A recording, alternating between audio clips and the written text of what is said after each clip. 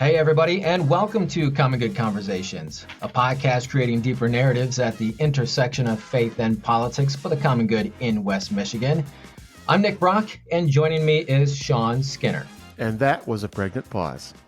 That was a pregnant pause. That pause was worth about 20 seconds. Oh, no, it had to be like 10 seconds. 10 seconds. 10 seconds? Yeah. Okay. When you got nothing going on, you'd be surprised how long a second actually feels. Feels like forever. Forever. If you've ever been in the line at McDonald's or Starbucks or just rushing for anything, a second is a long time. Yeah. So, listener, when I hit the record button here, there's been a delay in when it records. So we figured out, Shawn, with his technical expertise, he's like, hey, let's just wait a few seconds. So I hit the record button, and 10 seconds later, we let that delay happen, and that was our pregnant pause. Yes, it was. Yes, also, it was. Like that was a small pregnant pause. There was probably a second. The pregnant pause, by definition, according to Nick's dictionary, is an anticipation or waiting of life. Oh, okay. So that actually is a term. It's not something you faux pawed on, because that was how I was taking it. It was like, wait a second, pregnant pause. Did you just screw up wording? Is that what you did? So if you actually have a terminology for it, then this joke has no legs. Yeah, it's a phrase. It's an idiom used in everyday life. So idiom. That's a word of the day right there. Idiom. So as our listener knows by now, this is a hard-hitting journalist program, but also where you can be enlightened and learn new words and phrases. Pregnant pause. But brought to you by Common Good Conversations, courtesy of Nick Brock and his own dictionary. Thank you for joining us today. Have a good day.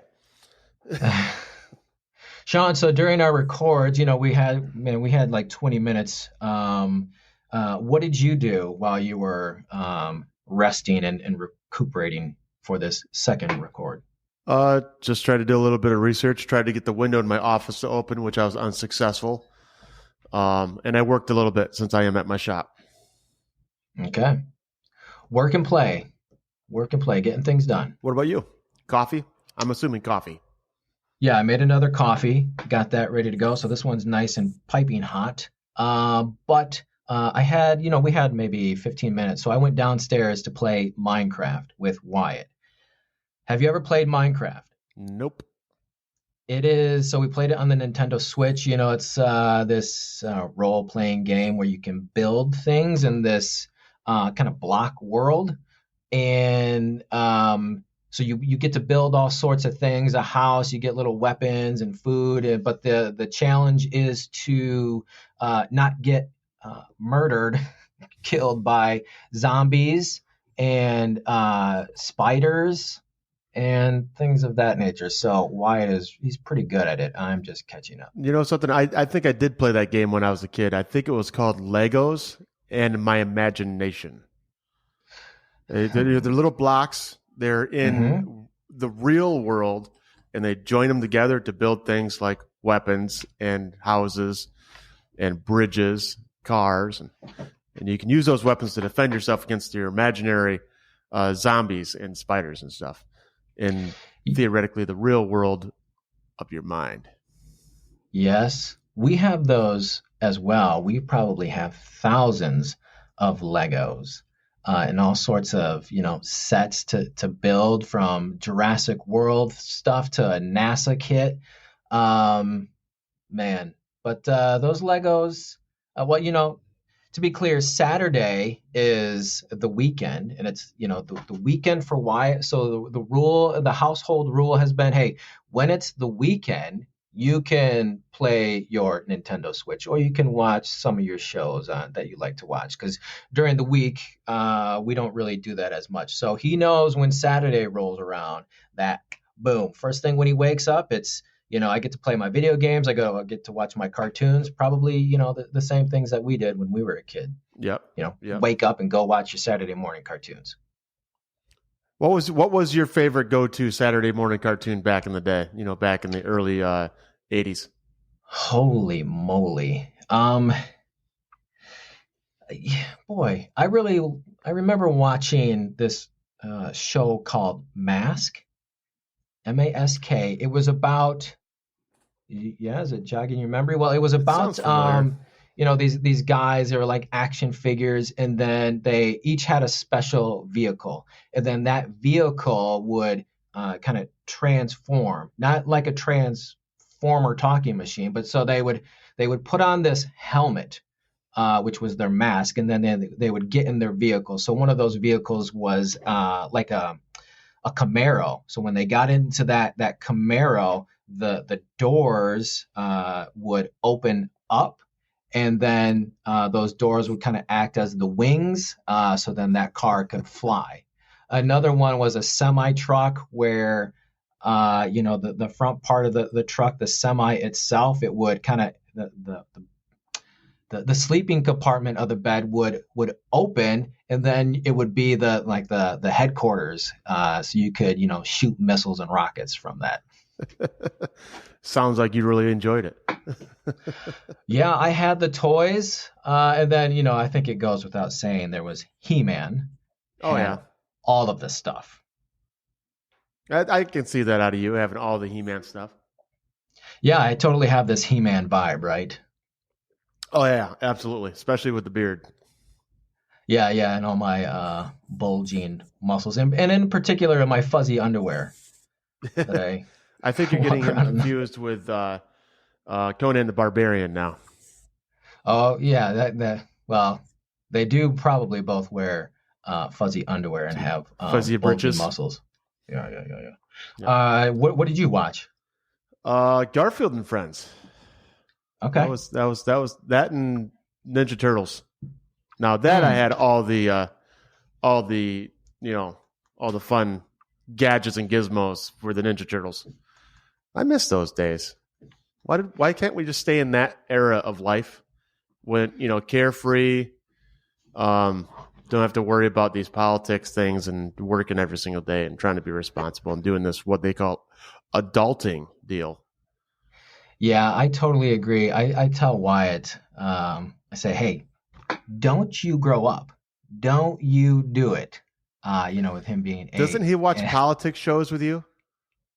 No. Every now and again, we'll watch like Stephen Colbert, just his monologue. But no, I tried watching the news once with him, and it was just so depressing. I was like, this is not a good time. So Yeah. we watch a lot of Conan O'Brien stuff on YouTube, and he loves Conan O'Brien, just all of his hijinks. Well, at least somebody does. You don't? No. Who do you like? What kind of comedian do you go to? Oh, if you're going comedian, they're the comedians I listen to are like Jimmy Carr or Burt Kreischer, the type of comedians that if you listen to the jokes and you took them too seriously, they would try to get canceled. Those type of comedians.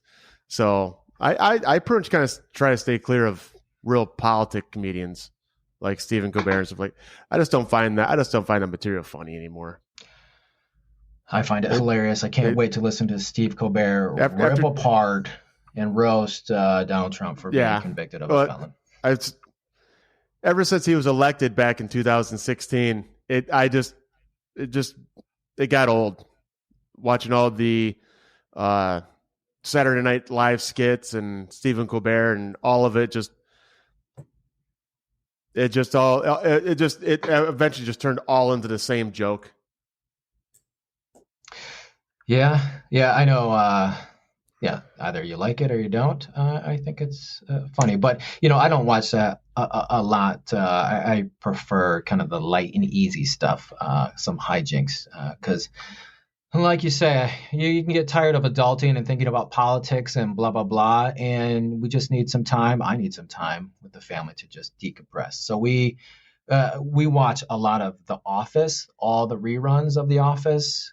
With characters like Dwight Schrute, Michael Scott, Jim Halpert. He knows all of those characters and loves it. So Yeah. we just keep watching that. We've been watching a lot of Schitt's Creek. That's been What did you say?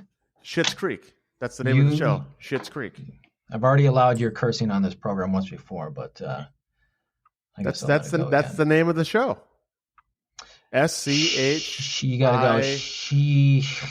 Schitt's Creek. I've attempted to watch that, but I don't think it's that great. And everybody's like saying, "Hey, you have to get past the first couple episodes, and then it gets funny." And I'm like, "Well, if I'm not in the first episode, if you haven't hooked me, then I'm done. I'm out." I gotta say, I'm with Shawn. Oh, not. It is hard for me as a Dutch girl, Reformed and all that stuff, to say the name of the show too, but it's great. It's great. It's an okay show. It's a lighthearted kind of slapsticky type of show, and you don't have to take anything too serious on it. And that's nice nowadays, not to take anything too serious, or at least try not to. As long as nobody else makes you try to take it. Yeah. Yep. Yeah. Hey, listener, you might be wondering who that female voice is in the background. That is Marcia Mansaray. Marcia Mansaray is on the program this morning, and let me get to my notes on that, Marcia, so I can do a real good intro for you. So, yes, we have the privilege of being in conversation today with Marcia Mansaray, the Democratic candidate running for state representative in Michigan's 85th district. The recently retired deputy health officer as of yesterday. I worked yesterday, so today is my first day officially retired. Okay, first day in the retirement. Mansaray earned the public's trust and appreciation for her integrity, her experience, and her heart for people. When Ottawa Impact took over the Ottawa County Commission in 2022 and changed much of what the county stood for, Marcia emerged as a courageous voice for the community. She spoke to the impact of politically driven attacks on funding and services for public health and pushed back against efforts to undermine and silence the Department of Public Health. Finally, she spoke out on the damage done to individuals and communities when extremist ideology took the place of good governance. Marcia, welcome to the conversation. You guys got too funny there. I just popped right in. Absolutely. Couldn't stand it any longer. Absolutely good.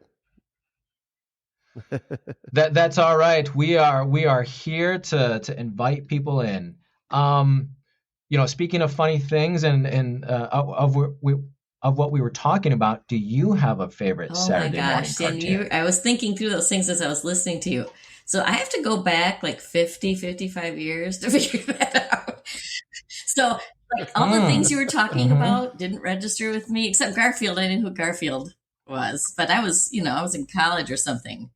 So I gotta remember. You're never too old for Garfield. The Bugs Bunny, Roadrunner, Looney Tunes type stuff. Oh yeah. Yep, the skunk and the cat. Mm-hmm. Yeah, Marcia, did you kind of have that rule in the household where, all right, you could only watch TV or you only had that privilege, on a weekend, so you woke up early and did that whole thing? And my mom, like Saturday mornings were her least favorite of the whole week because it just drove her crazy that she had to listen to that TV all morning. So. And it's interesting, for Wyatt here is during the weekday. He's now done with school. His last day was Friday, but throughout the school year in first grade, it was always a challenge to get him out of bed. Just I don't want to go to school. I'm going to be upset. But Saturday morning, 7:00, he's bright-eyed and bushy-tailed. Not a problem. It's that Christmas effect. I'm like, bro. Yes. I remember those cartoons. What else were we talking about? Comedians. Do you have Marcia, you've been dealing with a lot of heavy stuff, as the deputy health director going back to, the pandemic and dealing with all that. What would you do to kind of lighten the mood in the household? Okay, so my upbringing was like really proper. And so I avoid comedians because I feel bad if I don't laugh. And they're not always funny. Oh, Even right. if Yeah. they don't So, see so you? then it kind of became a habit, but I have, young kids. And so they love comedians, and I can't remember. So one of them, I was introduced to by my son, and he's Trevor Noah. And really enjoy his stuff, makes me laugh. So even though I'm in my living room, makes me laugh. And then there's this, can't remember the name of this guy, but he goes around to neighborhoods and political rallies especially, and then just talks to people and asks some questions. And it's really funny to listen to their answers and how they're. Is that the It might change be, my mind yeah. guy? So they say one thing, but then when he talks to them a little bit longer, like they don't actually believe the thing they said, or they don't actually know anything about the thing they said they stood for. And it's just kind of human and funny. He doesn't shame them or anything, but it just reveals like who we are sometimes and how, we belong to a tribe, but we don't always know why. Yeah. Yep. I've seen those type of skits a little bit. If I ran across Conan or whatever, where they take a snippet from something. This was going to sound bad, but I believe that they were asking people on the street who are Trump supporters, and they're reading them something that Hitler said or something like that. And how do you feel about what he said? Oh yeah, we're standing by it. We're standing by it. And stuff like that. And I believe that that's the same thing with Biden and just people that are standing behind, candidates and whatever they say, I'm good with. Exactly. Yes. mm-hmm. Yeah, without sometimes really knowing like who it's coming from, or coming from Hitler. Oh my God, that's a great line. I'm going to use that. I think one of my favorite comedians is Jim Gaffigan. Oh yeah. He like every time. Yeah, he just makes me laugh. He's just super dry and witty. I like him. Kevin Hart, I like. I don't know. There's a Christian one that I like, and he only has one joke that I remember, but he talks about this Christian phrase that the evangelicals often use about the hedge of protection. I'm praying over you a hedge of protection. And he goes into, so a hedge, huh? Yeah, Satan's just really worried about that one. Like, I'm going to need some hedge shears to get through this because nothing, I'm not going to be able to get through this hedge to get to those people, So he just goes on and on about, like, a hedge? Seriously? That's not going to stop a big old devil. Have you been to? Because I know that they have like some of those Christian comedians at like the Laugh Fest, like Gilda's Laugh Fest here locally. Have any of you ever been to that? Either. I haven't. Same. I want to. I've been to two. Have you? Anna and I went actually with her father, my father-in-law, your father-in-law, and saw Pete Holmes, which was hilarious. Okay. And completely not any jokes that I could say on air. The one opener though for thing was he was pretty funny. He had called somebody up and he's like, "What do you do for a living?" "Oh, I do computer analyst." "Okay, that joke's not going to work for this. Here, take this card. Pick one off there." "I work at the railroad." "Okay, is that 9 to 5 or all a live long day?" And then we also saw at another time a couple of the guys from the Whose Line Is It Anyways TV show, if you remember that show. Yeah. And that's fun. I like going. In the last year or so, we saw Bill Burr. We saw Bill Burr last year. We saw Bert Kreischer this past year and the year before at Van Andel. We saw. Who else did we see that we really liked? I like going to see comedians, but I like a lot of the edgy comedians that they say something and you go, oh, that's real hard in the paint. Little blow your hair back, huh? Yeah. Now we were talking about this. I don't know if we were talking about this on the podcast, but you were saying that, or rather, I probably encouraged you to go to open mic night at the Bob or something to give your little stand up bit. Is that ever going to happen? Oh, I'm still taking little notes here and there about little things that I can put up there. All right. I don't have anything in my notes. I don't think anything politics wise. But do you want to rattle one of them off right now? We have an audience here. Go ahead, make us laugh. I don't Make us know. laugh, I don't. funny I don't man. know if I have anything that's going to be appropriate for the podcast. I don't think you want me talking about pansexuals or kids puking. It's. Go with the kids puking one a second. How's that one going to work out? Oh no, it's a lot of it's not really joke type stuff. It's a lot of real life, observation type things. Like we have a pair of twins. They're 6 years old now, and they're so completely opposite. And if our daughter Izzy gets sick, it's the end of the world. She is just, I can't do a single thing. I'm dying. But if Emma gets sick and she's actually puking, she knows it's happening. She goes to the bathroom. She leans forward, puts her hands behind her back, lets it rip. And then she'll, Daddy, come here. I need you to come hold my hair, will you? And then she does it like a champ, like no complaints, and just turns around, goes back, sits down on the couch, watches TV. And it's like how they're so polar opposite. The other one's just like, I got an upset stomach. I ate the wrong berry or something. I think I'm going to die. And the other one's just like, I'm sick. I'm dealing with it. And see, that's not a funny joke. No, it's not. Let's keep moving on here. I warned you and you brought it up. Keep working on your material, Shawn. Keep working on it. I know that was my fault. Yeah. I told you. Marcia, hi.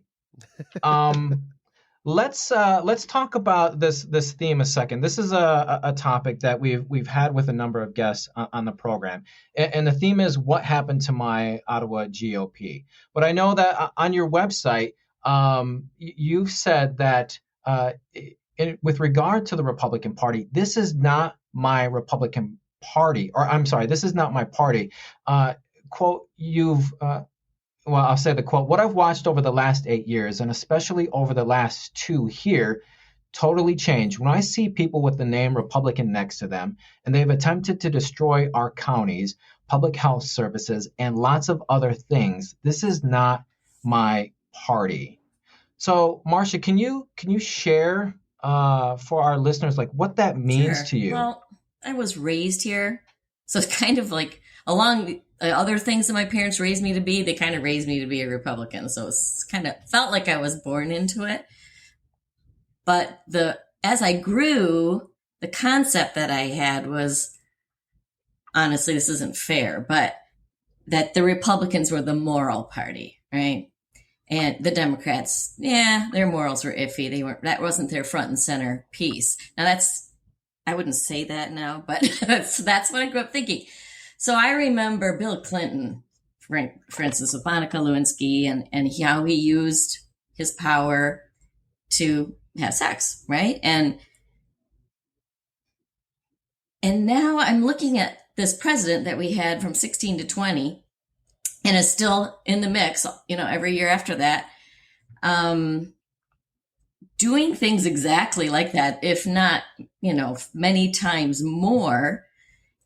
And there's not a peep from that supposedly moral majority, that Republican Party. They're not saying anything about that, or it's okay because he's going to do something important. And so like the character issue doesn't really matter as much. And, I was raised like a right thing is only right if it's actually a right thing and you're doing it the right way. Like both sides have to line up. And if one of those isn't right, then it's not right.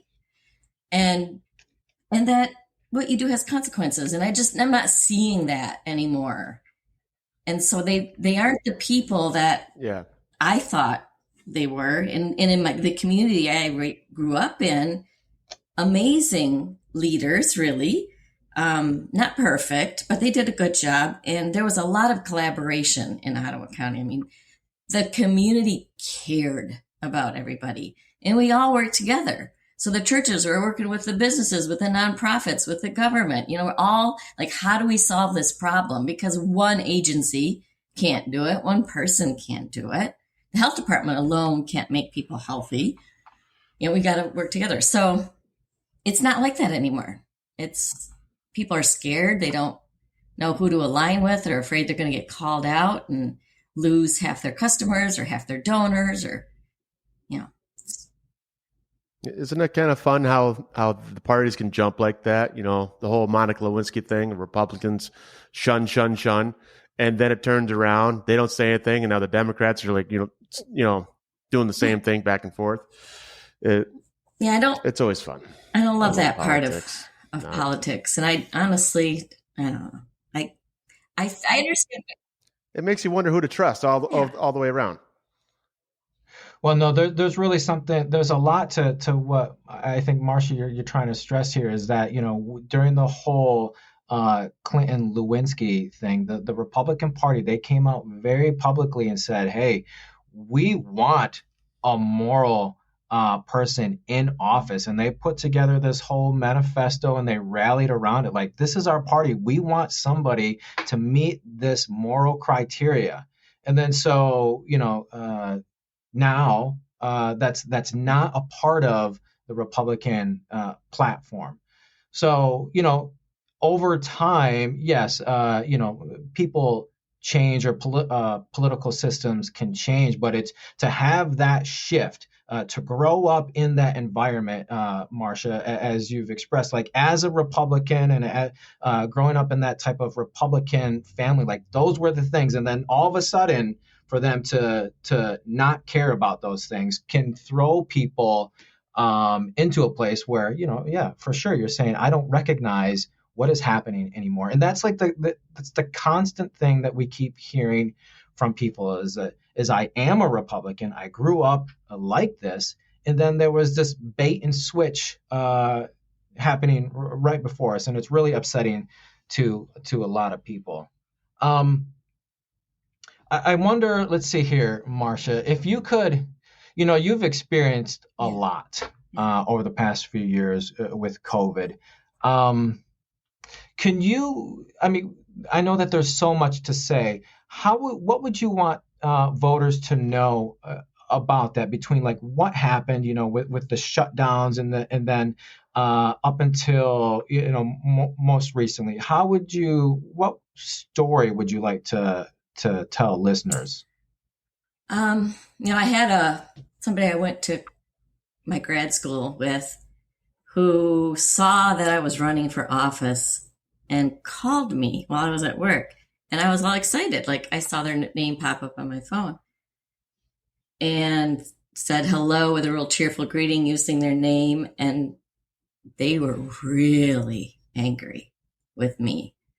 And I got a good 15, 20-minute scolding from this person about how evil I am. And it had to do with COVID. And so that was like an everyday thing after we got through the first maybe 3-4 months. People pretty much understood that we were dealing with something we didn't understand, and it was new. And there were people dying, and they were dying because of that. And we didn't know how many people were going to die. So that part I was trained for. We exercise for that, just like police exercise for active shooter drills and all those sorts of things, so that we're ready to go. But by the time we got to August of 2020 and school was coming around again, and we all, including me, really wanted kids in school because there's so many benefits of being in school as a kid. Number one, you get food. If you don't have food at home, you're safe. If maybe you're not safe at home, plus there's just education and all that does. So we wanted to support that. And what happened with COVID, I think, was a fundamental misunderstanding about what public health is and what we do. And it's something that informed me in a really important way and kind of gave me some additional maturity and perspective going through that.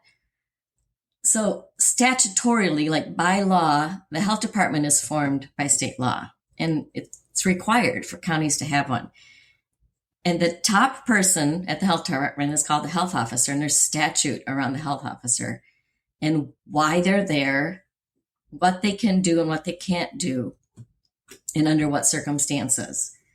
And the health officer happens to be the only person, like single person in the state of Michigan, and definitely the only person in Ottawa County who can step in and require measures because of an infectious disease or something that has the potential to impact the public's health and over which they have very little control.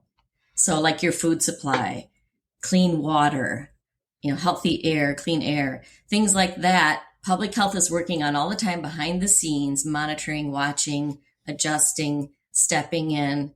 And most of the time we're on top of it. But we have unique information because of that job, and we're monitoring it all the time. And that's not the information that everybody has. I mean, you'll get it eventually, but you don't have it the moment it's happening. And we do, and we have this job to stop things. And if we do a good job, nothing ever happens. And most of the time, nothing is happening in Ottawa County because we're there doing our job. COVID was the first thing that really blew up. And I honestly, people ask me, should we go to that trip to Europe that we had scheduled for February? And I'm like, sure, it'll be fine. I mean, we've been through Ebola, we've been through H1N1. The U.S. has a great healthcare system, great public health system. It won't get here. Well, I was like, that's super humbling because I was completely wrong. It was global.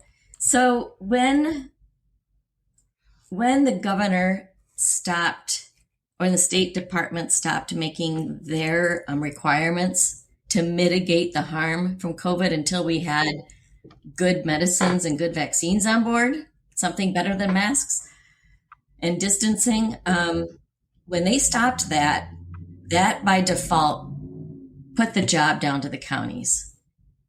And normally we're doing things for Ottawa County. When it goes outside our borders, we might be involved, but we don't make those decisions. The health officer then all of a sudden had all the liability and all the responsibility because they're the only person in the county that can make a decision that restricts behaviors in order to help mitigate harm to the whole population. And the mayor can't do that. The judge can't do that. The sheriff can't do that. The chief of police can't do that. Nobody can do that but that one person. And that's vested in them, and they know that.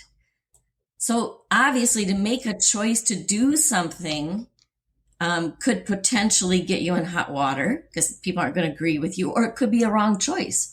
Like you used the information you had at the time. You tried to make the right decision. Maybe you were overly broad or overly narrow, or you just picked the wrong mitigation measure. They're liable for that, like criminally liable for that if people are harmed. If the health officer knows this information, there's something going on, I see it happening in my community, the hospitals are starting to become overwhelmed, what can I do? And there was one decision that we made about masks in 6th grade and under in 2021 when school was just getting started because Delta was here and Omicron was coming. We didn't know about that. But we saw kids for the first time in the pandemic going to the hospital in the southern states because they start school earlier than we do. And we were watching things tick up here too. To not do something there is also a liability that the health officer bears. If they don't take action and they had the information, they were the only one with the ability and the authority to do it, and they don't, and some kid or some senior or some anybody is hospitalized, dies, disabled, that could easily be on the health officer. Like you knew, you could have, you didn't. And my family was harmed. Mm-hmm. So that's the decision that is going on there. Yeah. Marcia, this is, in the number of conversations that we've had, and this is something that is expressed in an interview that you did with ABC, ABC News 538 Politics, was just when you talk about this, there's just a lot of it's very emotional for you. There's just I can sense like there's a burden. It's on your shoulders, and even now, for this audio medium, this is it's making you tear up a bit, or get misty eyed. Can you explain to those like why this is so emotional, or why this is like so heavy?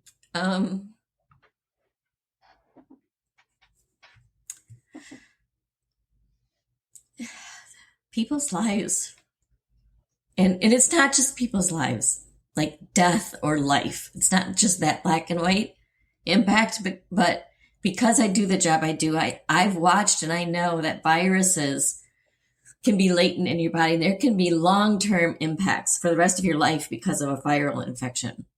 And we didn't know, but we knew that there was a potential we would discover something like that. So that mattered too, right?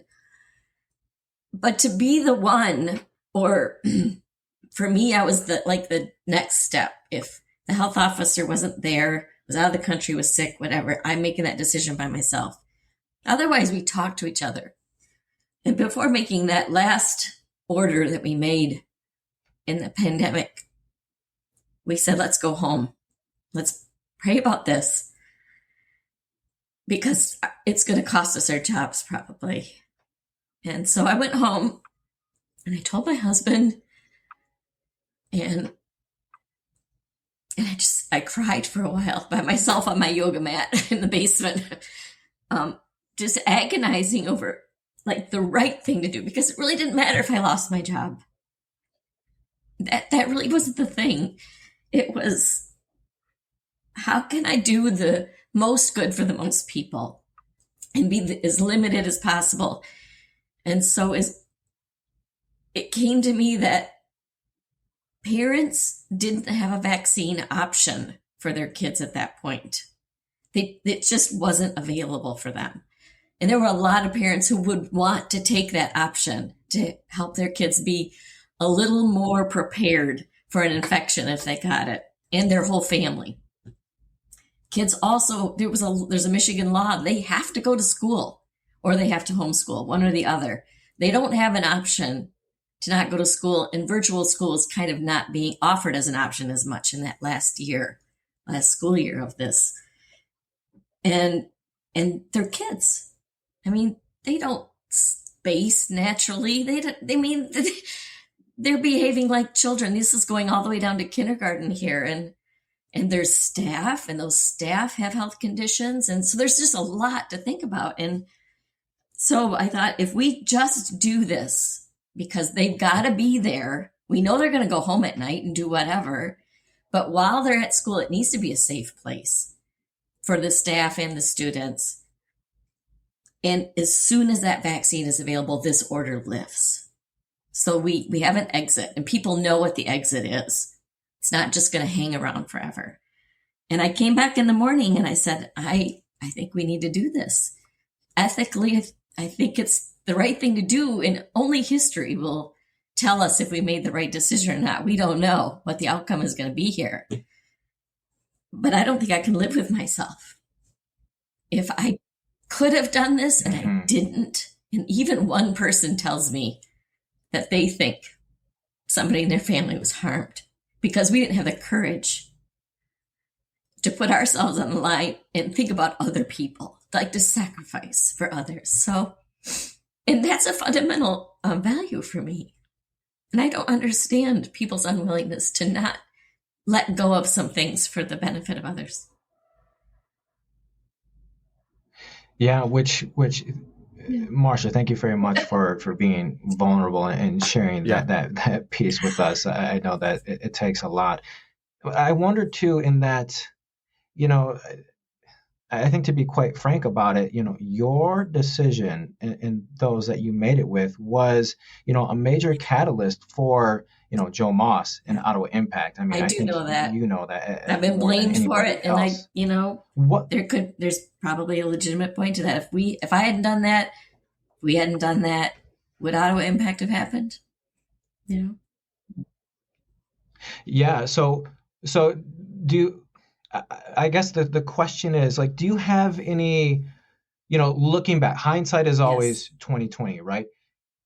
Do you have any regrets, or is there anything that you would change, or, even in the interview that you did, the question was posed to you, what question, or what would you want to say to Joe Moss? What does that look like now as you run for office and, in June of 2024? I would have tried to have more conversations, and I have tried since to have more conversations. But not everyone's always willing to talk to me. And sometimes they don't want to have additional insight that might change what they think. And honestly, I mean, I understand that. Sometimes I feel that way. Like, don't push me on this thing that I hold dearly to me. I might have to let that go, and I don't know what that'll do to me and what I stand for. So I get it, but I also don't get it. Like, why can't we talk to each other? And it's not happening. It's not possible. I even confronted Joe and said, I sense that you have a lot of anger. This was during a meeting at public. I'm at the podium with a microphone. You have a lot of anger about this. And we could talk about it right here, but I'd also invite you to, like, afterwards, come to the health department. Let's talk about this. And he got red-faced and really angry. Oh, you want to talk about this? Oh, there's a lot to talk about. And he went on a monologue.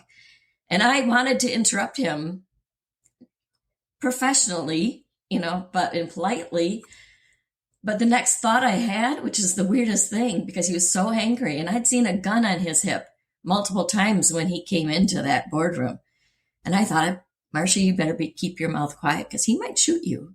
And then the second thought was, well, at least it'd be on video, and then the third thought came hours later. That's not really normal for an employee to feel like that about their employer. Yeah. I'm curious, with everything in COVID there and everything, it escalated so fast. I'm wondering do you have any thoughts on where or kind of when it became so crazy? Was there a point where it was, we might have to come up with some things to try to combat this thing, and everyone's kind of working together to, oh my God, we had to do this, and this side's going, we can't do that. We're taking rights away. And all of a sudden it became this big left wing, right wing thing. Is there a spot throughout the timeline that you could kind of go, right there is where everything changed, where it went from, we're all trying to work together to, oh my God, everybody's worried about this one way or the other? I didn't see anything like that really in, February, March, April, May. Everybody was really pulling together. In fact, the Ottawa County community was kind of leading the way as far as tending for the community. I mean, the community foundations were donating money. People were coming together. They were meeting every day. How can we as churches, businesses, nonprofits, community foundations, people help all these other people out there who are maybe homebound and need help, and we don't know about it? So that was really cool. And I was so proud to even be a teeny tiny part of that, just one person part of that. But by the time we got to the first school year, because school was all closed everywhere in the whole United States and probably around the world in the spring, I started seeing a change, and it just grew, and it became more and more angry over time. In 2020, like, we had the president and his candidate running against him, both pro-vaccine, like both proud that they were involved in as a U.S. country developing groundbreaking vaccine based on technology that had been being developed over several decades or a couple decades.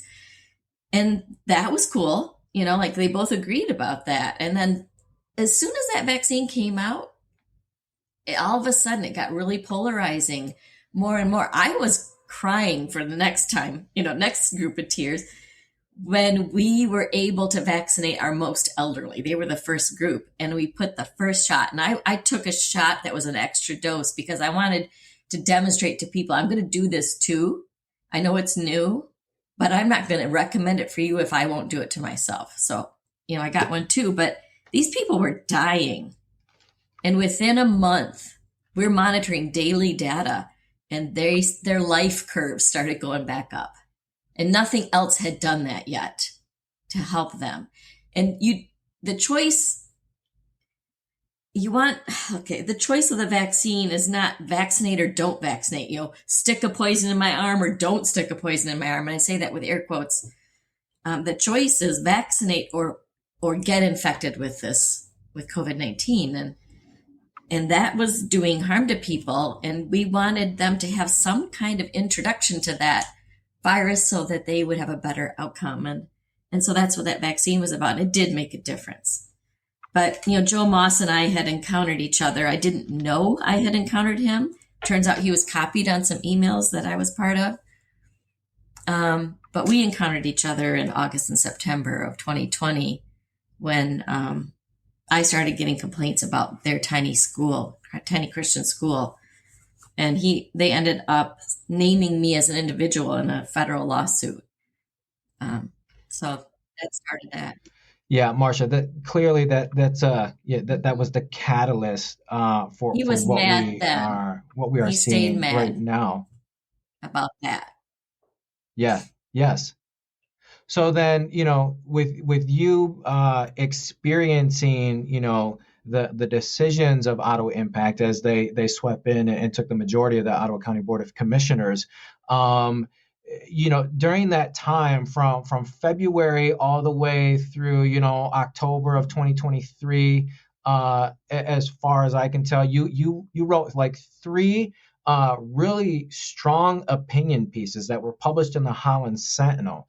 One of them is entitled "A Letter to the Newly Named Majority of Six."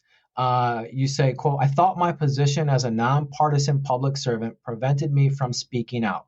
But as an Ottawa County resident, I have a voice. I want to use it to praise what is good, like my incredible colleagues and this supportive community, and call out what is not." Another one, you talk about Joe Moss and then Administrator John Gibbs, how they're stifling our liberties, and this had to deal with the resolution to become a constitutional county. And then there was the surprising thank you about Ottawa Impact that was shared on our podcast. Can you share a bit of like what it took for you to write those letters? I'm going to assume that you probably hadn't written one before, but what did it take for you, or why did you write those to the community? I was righteously indignant, honestly. I mean, when I watched January 3 happen, which is like our January 6 in a way, in the sense that it felt violent to my soul and to my heart. When I watched them come in, take their oaths of office, and then have like a 6-act play go on that had obviously been rehearsed and planned and everything. And they start, I'm used violent language. It felt like they were chopping off heads, but they weren't. It's not appropriate for me to say that because that happens to real people, but that's how emotionally it felt. When I saw them begin to fire people that got us through the hardest times, people that defended me in federal court, people that agonized over decisions with us, and they're just dismissing them as evil. And they're fired. New person, step up. Here I am, a guy in a suit. I'm ready to take this job. And they give them a job and they're like, there was no job posting. There was no interview process, especially for jobs like that where you get a public interview. There was no following normal best practices and policies. Like we all agree on these is the right way to do things. There was no transparency. Not one community member, not one voter knew that this was going to happen because it wasn't on the agenda. No person got to give their voice to their elected official about what they thought or felt about that. That's fundamentally wrong. That's un-American. That's undemocratic. Like we don't do things that way. It's illegal in my mind, but it broke the spirit of our laws and not the letter, because the letter of our laws was written for moral people. There would be the oddball out wrong person. That's why we had a law, but never would there be like 8 that came in all with the same platform and idea and intention, an agreement that they were all going to do this. Now, 2 of those 8 dropped off in the first couple of months when I wrote the majority of 6 things. So by middle of February. But that one day, the very first day, like I wanted to say something.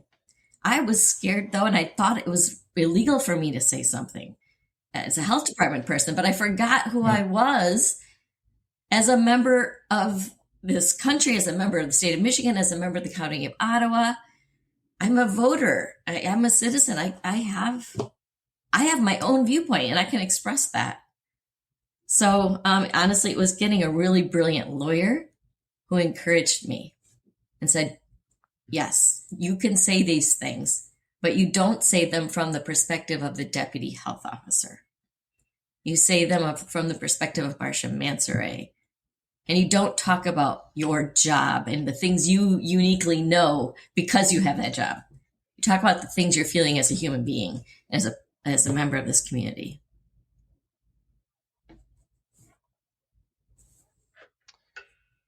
Yeah. Marcia, I want to take us now to what you're currently doing. So on your website, as you run for state representative for the 85th district, 85, correct? Jenison, Hudsonville, and Thielen. You've said the board's current majority doesn't display the 3 things you look for in elected officials: character, competence, and courage. What do you want to bring to the Michigan House as a Democratic state representative? I have a specific job I want to do. I'm not into politics. I never was. I am now. And I think there's a difference between being partisan and political, because I think we're all political to a degree. Like we know how to educate, we help, we learn how to try to advocate for our view and to get people to change their minds or to work together on things for an outcome we want. That's political. But we all kind of agree that that's okay. But it's when it gets partisan, it's hard. So character, competence, and courage. I was in a position during COVID that put me in a leadership spot. And it made me understand that being a leader is hard and there's more to it than any one of us know. So I have judged football coaches. I have judged presidents. I have judged pastors. I have judged, the top person who's been my boss and harshly sometimes and unfairly. But I've, in my heart and my mind, judged people who were leaders over me for decisions they made, because somehow I thought I knew better than they did. And I learned that those people have a unique responsibility. They have unique information I don't have and I never will have. And they have to make a decision. They don't have an option to not make a decision. Like to not make a decision is a decision to not do anything. And I had to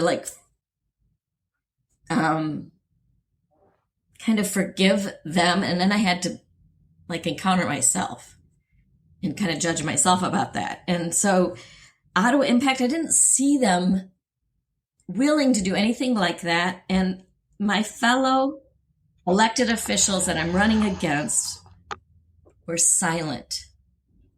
And they have been silent.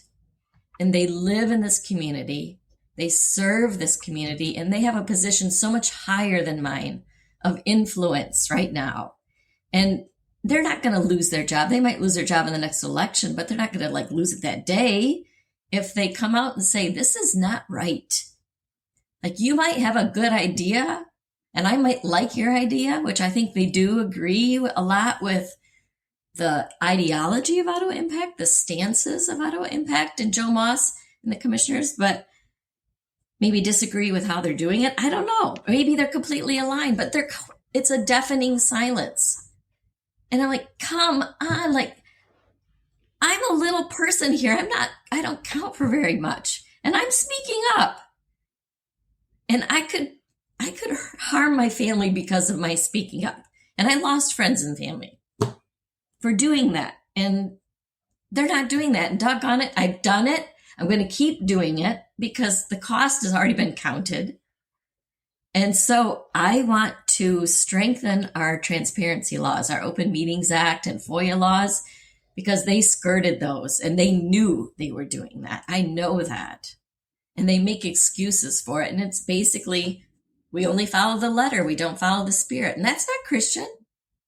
And they say they're Christian. And it says, thou shalt not kill. And then Jesus comes along and says, if you hate a man, it's just the same.